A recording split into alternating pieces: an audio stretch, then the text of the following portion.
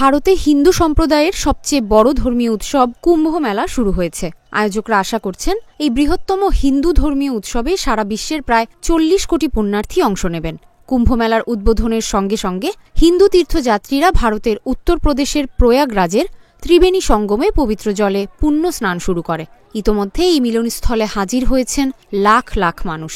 আসছেন নাগা সন্ন্যাসী সহ দেশ বিদেশের সাধু সন্তরাও।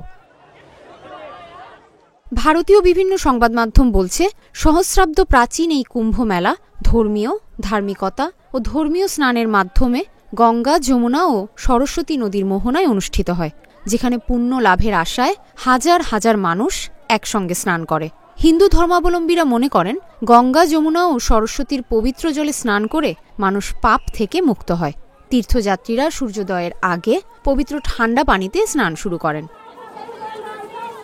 হিন্দু সন্ন্যাসী ও উত্তরপ্রদেশের মুখ্যমন্ত্রী যোগী আদিত্যনাথ এক বিবৃতিতে ভক্তদের স্বাগত জানিয়ে বলেন, বৈচিত্র্যের মধ্যে ঐক্য অনুভব করতে, ধ্যান করতে এবং বিশ্বাস ও আধুনিকতার সঙ্গমে পবিত্র স্নান করতে বিশ্বের বৃহত্তম আধ্যাত্মিক ও সাংস্কৃতিক সমাবেশ শুরু হচ্ছে।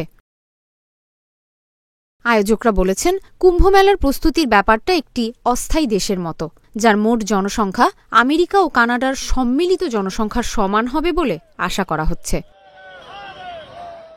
মেলার মুখপাত্র বিবেক চতুর্বেদী বার্তা সংস্থা এএফপিকে বলছেন, প্রায় 35 কোটি থেকে 40 কোটি ভক্ত সাধু মেলায় আসছেন। কাজেই বুঝতে পারছেন প্রস্তুতির ব্যাপারটা কেমন। প্রায় 1.5 লাখ টয়লেট নির্মাণ করা হয়েছে। কমিউনিটির এক একটি রান্নাঘর থেকে একবারে 50,000 মানুষ খেতে পারবে। মূল অনুষ্ঠান স্থলে 68,000 এলইডি লাইট সেট করা হয়েছে, যার উজ্জ্বল আলো মহাকাশ থেকে দেখা যাচ্ছে। আয়োজক কর্তৃপক্ষ এটিকে মহান বা মহাকুম্ভ মেলা হিসেবে আখ্যায়িত করেছেন। ভারতের পুলিশ জানিয়েছে, এই অনুষ্ঠানের জন্য সর্বোচ্চ নিরাপত্তা নিশ্চিত করার জন্য দিন-রাত নিরলসভাবে টহল পরিচালনা করা হচ্ছে। আগামী 26 ফেব্রুয়ারি এই কুম্ভ মেলা শেষ হবে। এটি ভারতের সবচেয়ে জনবহুল রাজ্য উত্তরপ্রদেশের অর্থনীতিতে বিশাল অবদান রাখবে বলে আশা করছে সরকার। 45 দিনব্যাপী এই মহা মেলার জন্য প্রায় 7,000 কোটি রুপি বাজেট বরাদ্দ করা হয়েছে। মহাকুম্ভ মেলা থেকে উত্তরপ্রদেশের অর্থনীতিতে 2 লাখ কোটি রুপি যোগ হবে বলে আশা করা হচ্ছে।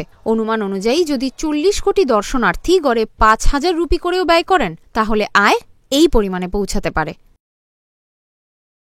ভারতীয় সংবাদ সংস্থা আইএএনএস-এর মতে, প্রতিজনের গড় ব্যয় 10,000 রুপিতেও পৌঁছাতে পারে। তাহলে অর্থনীতিতে এই মেলার অবদান দাঁড়াবে 4 লাখ কোটি রুপিতে। এর ফলে উত্তরপ্রদেশের জিডিপি 1% বেশি বাড়তে পারে বলে ধারণা করা হচ্ছে।